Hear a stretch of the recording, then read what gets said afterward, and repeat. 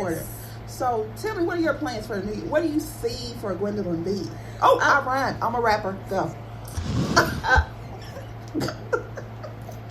Well, for the new year for me, I have a couple of opportunities to expand myself and my brand. So I'm looking forward to those new opportunities in the entrepreneurship realm of things. Okay. And I'm just looking forward to another year of getting things right, getting things better, doing things that I've never done before, stretching myself, growing, and most importantly, living life to the fullest.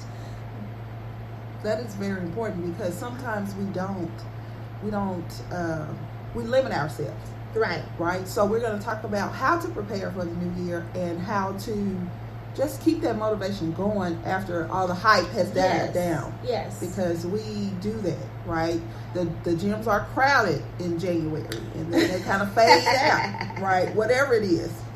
Yes, I feel like I am opposed to New Year's resolutions because they are just not real. They're not true to who we are. Everyone feels that they should make one at the beginning of the year, but it lasts, a month or 2 months. I think that for me, I am going to make plans to improve my life, but it's not going to be categorized as a New Year's resolution. I like that. So I'm going to give you all just a few of the things to help you prepare for the new year or get ready. One of the things is, what will be your theme for 2020? Like, what would be your theme? It's not a goal. It's like, put everything together in your mind that aligns with who you are. What is your theme? So for my theme is going to be unicorns are real. Oh, right. Well. So that is my theme for 2020, which means that the impossible can happen. I don't think I have a theme yet. Oh, that's okay. That's okay. I got time. I got a little bit. If I had to pick a theme for you off the top of my head, it would be, these boots are made for walking. Ooh, I like it. Because you are about to venture out into different things and move, and you're fashionable. So all of that goes together. Okay. You know, it's just what I do. It's a thing. That is what you do. It is a thing. Thank you for that. Thank you. These boots are made for walking. Yes. That's just what I'm gonna do. Do not. I'm not gonna say one of these days these boots are gonna walk all over you. I won't go there. I told you that your album is not coming out. Oh, it's my not. goodness. Let it go. Here So we go. number 2, you can also set big dreams but create small wins. Oh yes, I like that. Yes. So that keeps you motivated. Right.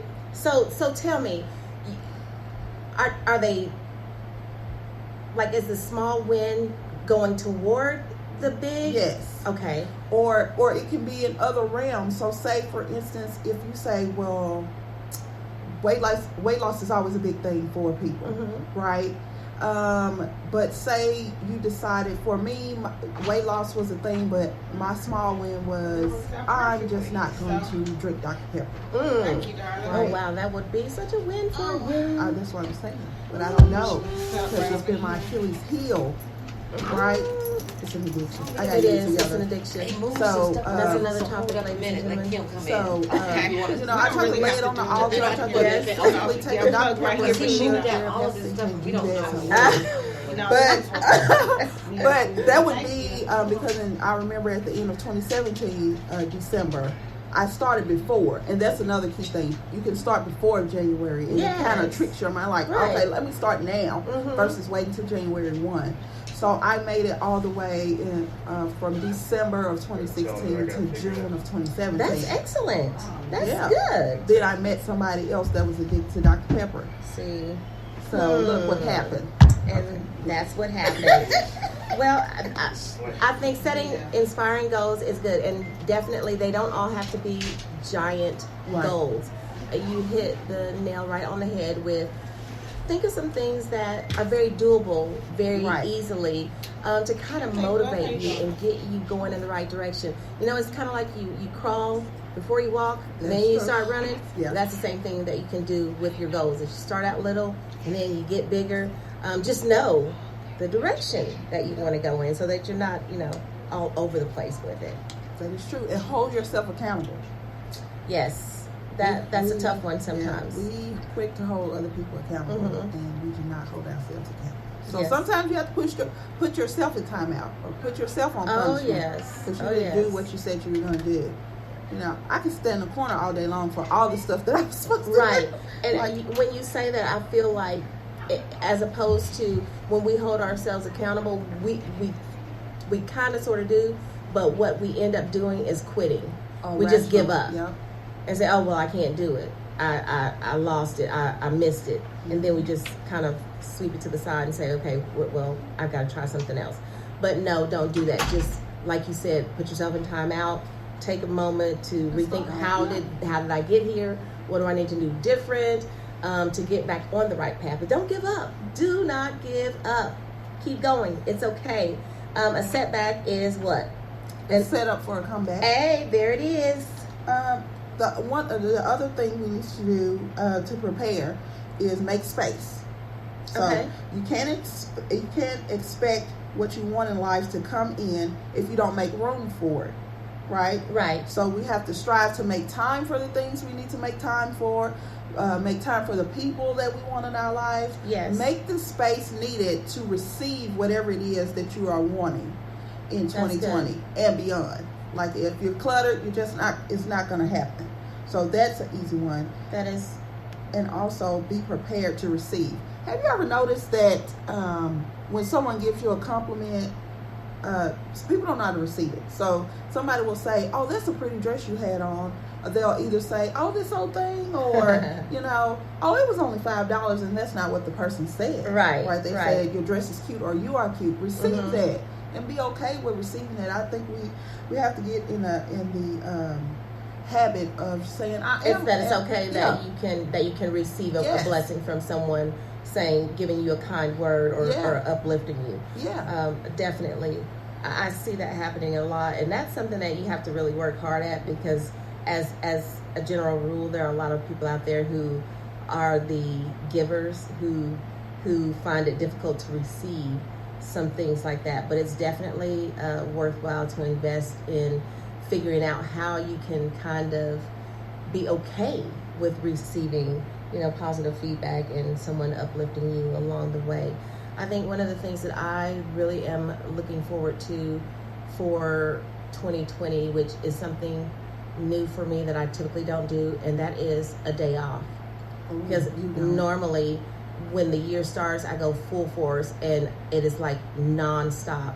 But for 2020, I've decided that once the year starts, I'm going to take a day that's going to be just for me. And I'm going to do something that I love, that is going to be relaxing and fun. No kids, might be girlfriends, I don't know yet, but I do know that I want that opportunity to celebrate the beginning of the year with celebrating me. And that goes, see, I'm glad that you said celebrating you. It says embrace your awesomeness. Well, that is one of the things that you're supposed to do to prepare, is embrace your own awesomeness. Without a doubt, it is the most important thing to do. And guess what else I'm going to do? What? So, that we had one episode where we talked about you not answering your phone because it's off. Yes. Well, I'm going to try that. That day that I take off, there will be no electronics. I don't believe you. We're going to give it a try. I'll have to tell you how it goes. Okay. But I'm excited about the opportunity, because I really am afraid to turn off every electronic I have, especially the phone.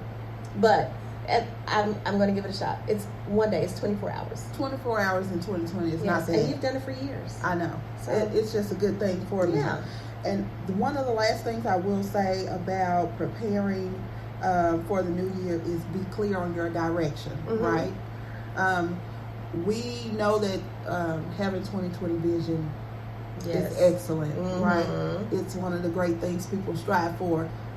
With that vision, being able to see where you're going. So when we last week talked about manifesting and vision and making sure you see where you're going, it's important So this is in preparation for and during. Make sure you're not just running around like a puppy after a squirrel, being distracted by everything, because there will come things that will shake your vision, like try to throw you off track. So make sure that your vision is clear. I agree with that completely.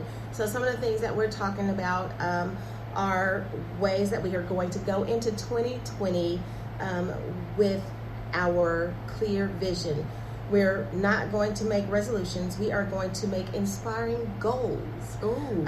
We are going to celebrate our victories. Yes. Even though it might have been a tough year and there might have been things that did not go exactly how you wanted to, I'm sure that you'll be able to find many things that went wonderfully and that were right. And write those things down and remember and recall how good they were, and figure out how you can add to those things that were excellent in your life. Yes. We're going to reframe our failures, which means that we're going to take those events that we didn't do so well in, or that we kind of wish weren't really the outcome that they were.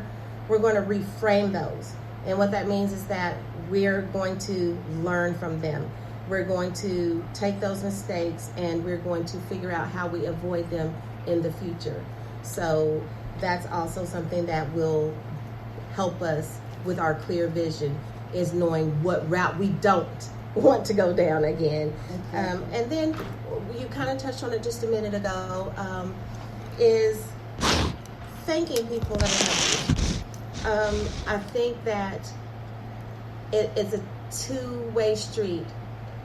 People who help other people, they don't do it for the recognition, but it is always good to acknowledge those people, because no one ever has to do anything for you. But if they do, the least that we can do as people is to say thank you to those people, to let them know that it did make a difference in your life, and that they possibly could have made that day that you were just at your wit's end and just so sad and disconnected, that they came along and they did something wonderful for you that made you realize that, hey, I'm going to pull myself up by the bootstraps and I'm going to carry on, and that this is just one day and that I can make it through this. So make sure that you thank those people that have made a difference in your last year, and also continue to be that person that makes a difference in life. And it doesn't have to be, you don't have to go out and spend millions of dollars and buy them things and all that kind of stuff. It can just be just what you said, a kind word. You look beautiful in that dress, to someone who might have just come from a chemo treatment. I love that. It could be a smile to an elderly person who has not seen their family for years, and your face reminds them of that person. You never know what other people are going through, so it's always good in your new year, every day, 365 days of a year, to completely engage other people in just kindness. And that's what the world needs. In 2020, I want to see more kindness in the world. Please, please, please, and thank you, please. More kindness in the world in 2020. I think that is absolutely amazing, because if you pour that love and kindness into those broken places of people, and just watch them feel whole, watch them get better, I think that there's no better joy than to uplift someone else. Absolutely. It just makes everybody feel better, which goes into our women empowerment. Yes. Right? Sending the elevator back down. Of course, you all know I always have to give you a definition. So, women's empowerment is the process in which women elaborate and recreate what it is they can be, that they can do or accomplish in a circumstance that they previously were denied, or they set limits on themselves and someone has now given them access to that. So I'm all about women empowerment, because there are women that are downtrodden. There are women that don't see themselves like we see them. And it is important that we do things to uplift each other. And once we have, quote unquote, made it, we send the elevator back down for others. I love that that phrase, send the elevator back down for others. That's really important. because I don't know of anyone who got to